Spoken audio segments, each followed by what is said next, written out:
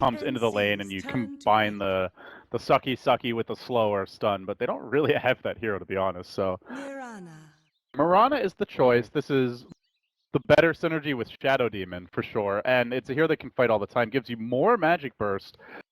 I feel like Cuckoo is the playmaker of this game. He's the one that's going to have to get things done.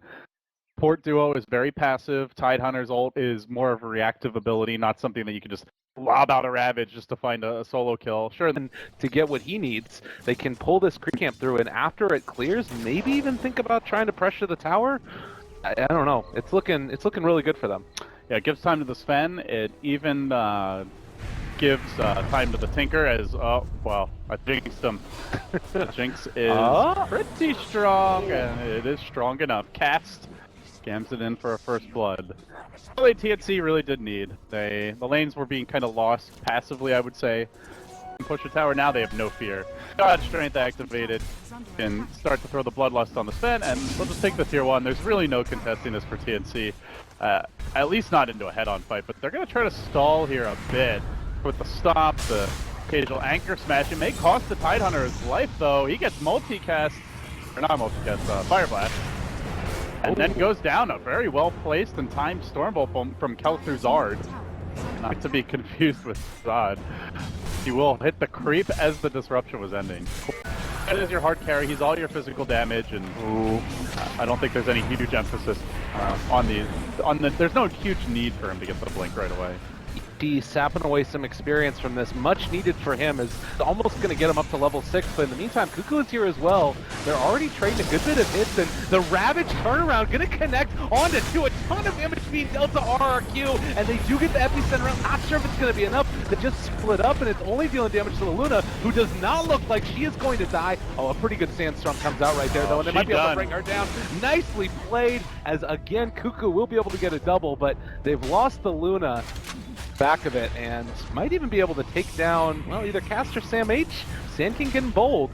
Oh, that was a nice disruption there. Tinker was mid-rearm. It's a very long cast HP channel time on that spell, and unfortunately, just nothing cooperating here. The freaking pesky ghost preventing TNC facing down Sandcade, so it ends up being a 3-for-3, but that was without the Golem getting off there. Big team fight, but you know, I don't really feel like they need to. They could split push, they can farm Ancients. If they had lost Ancient control, or if Tinker was against the Storm, a Nyx, that, you know, one of those heroes that limits his split push, maybe they'd be under more pressure, but fine with this pace of the game.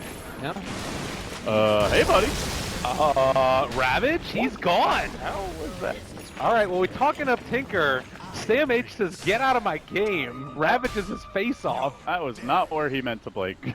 Oh no, and now, I mean, they found a couple more. Cuckoo does have an Arcane Rune on top of this. If they're able to find him, there's the jump forward, arrow, follow up, pump fakes, looks for the opening, tries to find it, Cast throws down the ulti, and just like, okay, alright, this is some Clown Town stuff that we're seeing right now, but they still take down the Ogre. Slowly beating him down. Kel'Thuzad is like, man, I'm going to have to turn into Thuzad if I'm going to turn this around, because my team is a little throwy now. 4-8 the score. Really seeing RR.Q execute a simple team fight. The one time they smoke, Sandcade just dies. They back. Then Tinker gets picked up bottom. Ogre dies. They lose the tier 1. They back. Then Warlock dies mid-ult. They back. They haven't taken a team fight, Gabe. Ooh, 23 minutes in. Though. This should be it. Yeah, they jump forward immediately onto Teehee. Tons of damage. Cuckoo had actually jumped forward at the same time. Leaps out as they don't realize where he went to.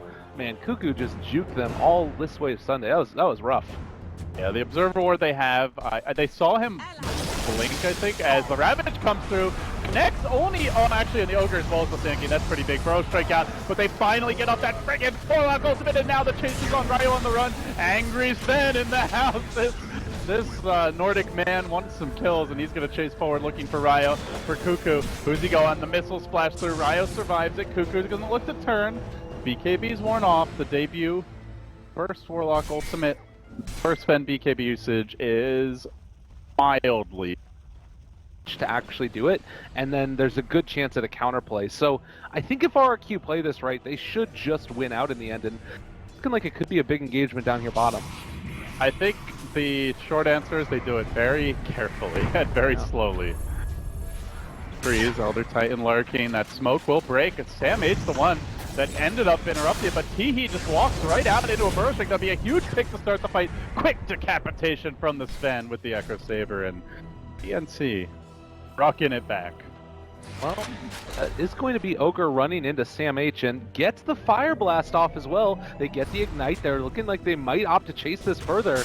Luna's in the area. Burrow really want to go for this. Well, Epicenter turn around with the Ravage, but still you do have the Tinker who's going to deal a lot of damage on the other side of this. That is going to be the Sand King running away, and it looks like they are going to just back out as Cuckoo chases down Yabu, and he is going to fall. Oh, that was a bit of a misplay. I'm pretty surprised they went uphill into the Tidehunter of all heroes. Good with that. I like the Tidehunter now. He's going back for the pipe. Are they going to find the Tinker again? Oh my god. Well, at least he didn't blink into Sam8 this time. Jeez. He's learning, Gabe. He's learning. The process of learning is occurring. They're going to just run down another lane though, and well, it looks like RR.Q actually want to make this happen. Get the arrow onto the fence, it's blind, and now popping the Ravage form as well. Do they find the kill? Eclipse comes out, the turnaround golems are there as well, but it's not going to be enough damage. They've already lost the Sven, and they lost both golems. Well, he got the ult off this time. Oh no. This is problematic. Sven is huge in the team fights. Ravage was committed though, along with Eclipse though.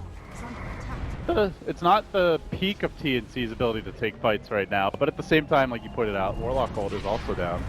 I think you definitely see here with the Aegis. We'll see how hard they want to commit though. Blink Gush, then a follow-up shotgun, and Sayonara Tinka. Oh my god, the Earth Splitter comes out as well as the BKB. They're not going down at this point. They take down the Ogre again, and it looks like they're just going to turn their attention onto this tier 3 tower. The laser does start to deal some damage, and the Burrow strike through as well. Back on Tinker, but he just got slept. Is the shotgun going to be available for Cuckoo? He just got it up. Laser with the Ethereal Blade. He has an arrow. Is he going to hit it? Drills him, and that's a dieback on the Tinker. Might just be a full lane of Rax, if not the game. Goodness, that was so unfortunate. And now tier 3 going down. I mean, you do have this buyback on the Sven. He didn't commit it when the Tinker did. Like, if you're going to go for one, you really have to go for both and really try and, you know, shut down this push. As it stands now, that was all set up by Teehee. He got a stomp sleep on the Tinker. And this is a guy who was level 3 at 10 minutes. He had a horrible laning stage, but man, has he made a comeback here down the stretch or what? Been really impressive to watch, and again, a guy who only switched over to playing support a couple of months ago. Really impressive stuff. The Epicenter coming out, and well, they got the illusions. That was not the dream. Almost kill those things. Take us To the wall. Well, tier 3 gone. The barracks gonna fall as well, and looks like they're gonna turn their attention to this bottom lane. What was looking good once for RR.Q is completely fallen apart in the past couple of minutes to the tune of a 16,000 net worth lead, and soon to be another lane. Do they continue to stick around? The Warlock ulti 40 seconds off. Ravage up at 20. There will be a 20-second power play for TNC as far as the big wombo combo ultimates go. Pipe now committed. Bring down the wave, and they'll start caving in the structures. The melee barracks dropping. Third HP missing now. Siege continues. Bouncing laser, but the illusions are going to resume their damage momentarily. Another round of lasers, but then the Eclipse, BKB, charge on in from Ryo, and the glaive started bouncing, so Yabu can't easily play. Another Ravage comes through. Zephyr, though, does manage to sidestep it back out to the well. He's going to have his ultimate soon. The chase forward the other direction. Good defensive disruption, though. And the purge on Kel through Zard, who is completely unable to hit heroes in this fight until this golem, but it's not going to matter, Gabe. 4 down. Could be 5 if they want to dive the Warlock into the well. The GGs come out. The NC, RR.Q in the dumpster. They have yet to take a game in the group stage. Yeah, that is a rough one, and it was looking so good for so long for RR.Q. They were staying with them. They had all the ultis that they needed, and at the end of the day,